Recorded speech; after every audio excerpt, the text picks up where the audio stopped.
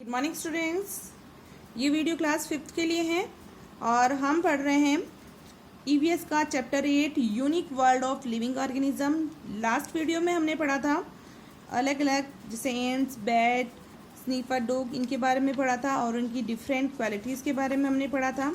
आज हम पढ़ने वाले हैं who can see how far, कि कौन कितना दूर तक देख सकता है। Right down some names on a paper, एक पेपर पर कुछ नाम लिखो। Place it on a wall, और उसे एक दीवार पर रख दो। नाउ सीइंग द नेम्स, उन नामों को देखो।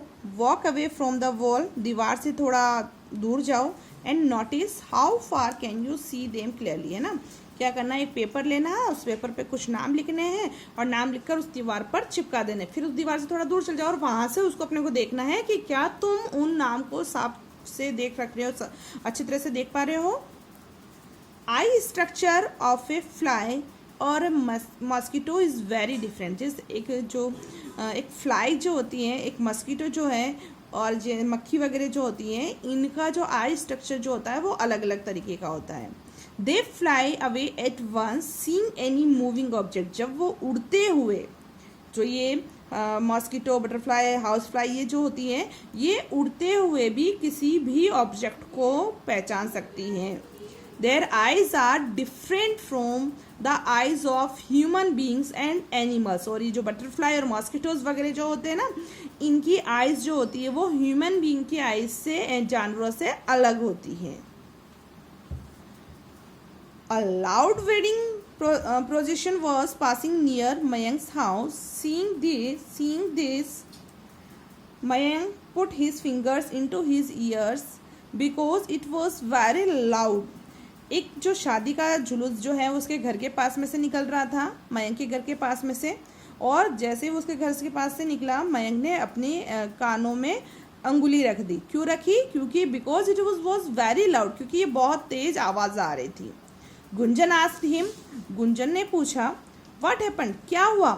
मयंक सेड, मयंक ने कहा, इट्स वेरी नॉइजी, ये तो बहुत ज़्यादा शोर हो रहा है। मयंक मुनिया आस्क्ड, क्या बहुत ज़्यादा शोर हो रहा है? इट्स वेरी नॉइजी, बहुत ज़्यादा शोर हो रहा है। What does it mean by noise, तो उसने, मुनिया ने पूछा कि शोर का मतलब क्या होता है। Then Mayank said, when we hear a sound, जब हम कोई आवाज़ सुनते हैं, louder than our hearing capacity, हमारी सुनने की क्षमता से ज़्यादा तेज हम कोई आवाज़ सुनते हैं, then it is called noise, तो वो क्या कहलाता है? नॉइज़ कहलाता है, शोर कहलाता है। ठीक है, तो यहाँ पर एक डेफिनेशन आई है नॉइज़ की। ठीक है, when we hear a sound louder than our hearing capacity, it is called noise. ठीक है, समझ में आ गया?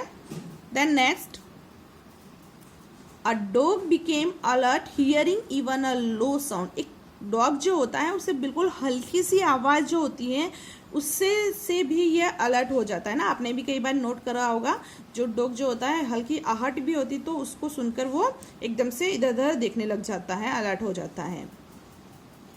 बेट produce high pitched sound while flying, जो बेट, जो चमगादड़ जो होते हैं, वो जब उड़ते हैं तो एक बहुत तेज आवाज़ उत्पन्न करते हैं। In the sound come back hinting something in front, और ये आवाज़ जो होती है वो उसके सामने जो भी चीज़ जो होती है उसके जाकर हिट करती है, टकराती है।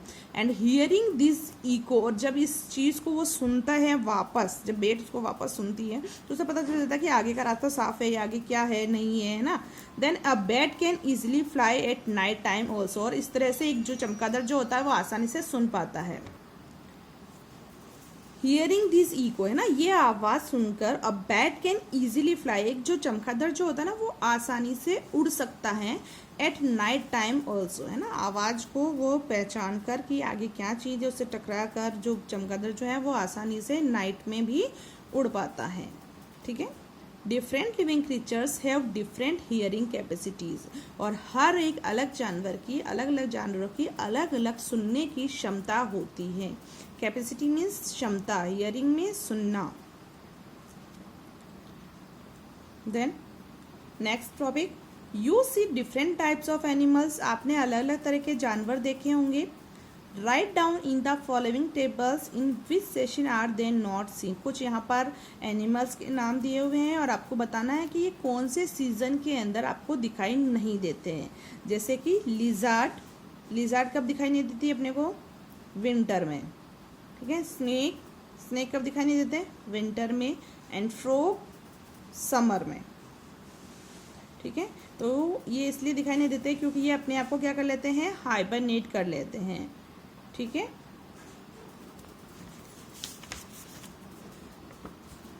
Then Dimple, Chandra bro, can I also live under water like a fish and fly like a bird. Dimple पूछती कि भाई चंद्र ब्रो, भाई क्या हम पानी के नीचे एक फिश की तरह रह सकते हैं और एक पक्षी की तरह उड़ सकते हैं?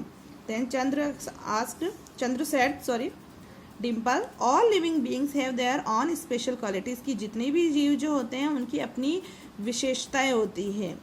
Human beings, birds, insect etcetera are different from each other. जैसे मानव जो है, पक्षी जो हैं, कीड़े जो हैं, इन सब की अपनी अलग अलग, ये सब अपने एक दूसरे से अलग अलग है। Colony of ants,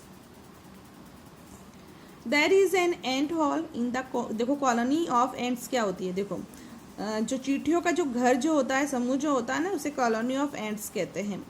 there is an ant hole in the corner of Simi's house. Simi's के हाउस के पास में एक कॉर्नर पर जो है चींटियों का हॉल बना हुआ था। एंट्स वर एंटरिंग इनटू, एंड्स जो चींटियाँ जो वो उसके अंदर जा रही थी, फॉर्मिंग ए लाइन बनाकर। द सेम वे, और उसी तरीके से lots of ants were seen moving under a pot in the garden.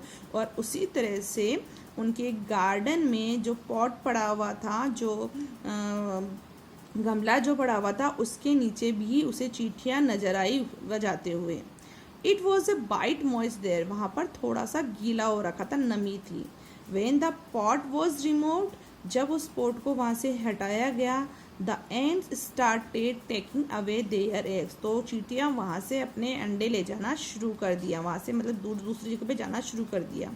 Hearing Simi, ये बात सुनकर her mother told, hearing Simi की ये बात सुनकर हर मदर टोल्ड, उसकी माँ ने कहा, that ants live in colonies, जो एंट्स जो होती है वह कॉलोनीज मतलब ग्रुप में, समूह में रहती हैं। They have their on world, इनका अपना खुद का संसार होता है। एंट्स लिव इन सॉइल, एंट जो है वो मिट्टी में रहती हैं, ट्रीज में रह सकती हैं। And at a safe place in house, और घर में कोई सुरक्षित स्थान होता है वहाँ पर रह सकती हैं।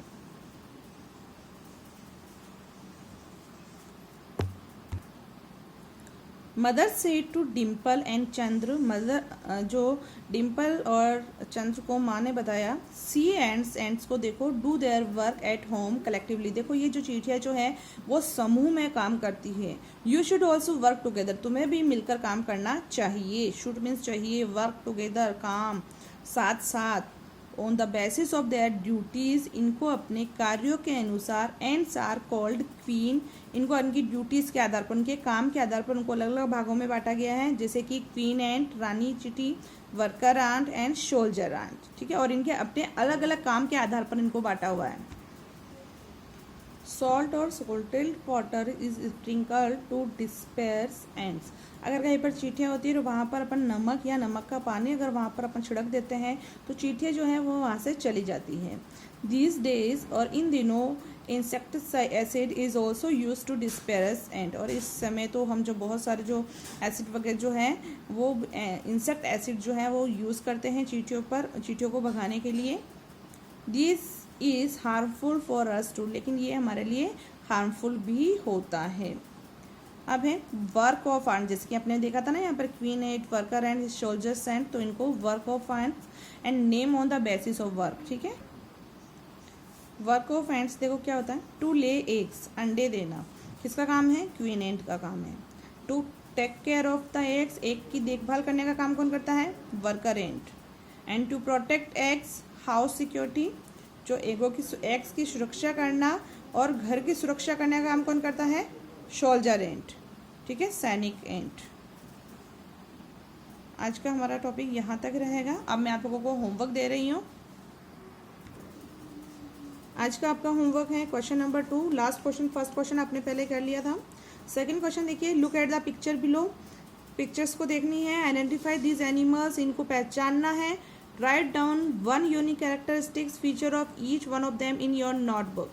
आपको इनको पहले तो इनको देखना है, फिर उनको पहचानना है कि कौन कौन से जानवर है ये, एनिमल्स है ये, और फिर आपको उनकी एक एक विशेषता के बारे में बताना है। तो इसका आंसर है फर्स्ट रैबिट। क्या क्या इसकी विशेषता है?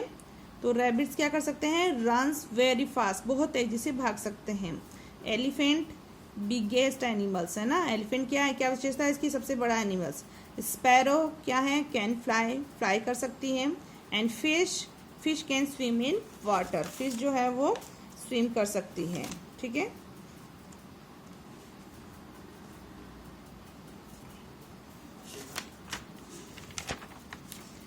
Then question number 3, how does a bat fly.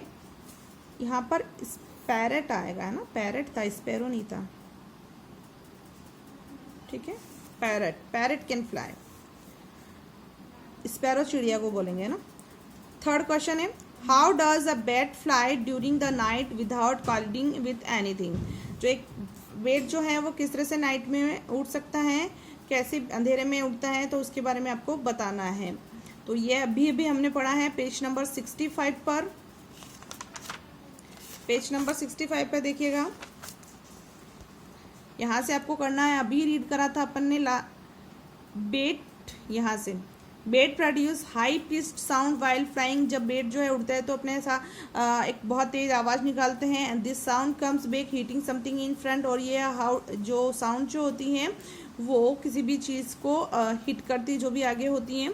And hearing this eco, और जब इस आवाज़ को सुनते, इस टकराहट को सुनते हुए, a bat can easily fly at night them also. तो इस तरह से एक जो बेट जो होता है वो इजीली से उड़ पाता है रात के समय।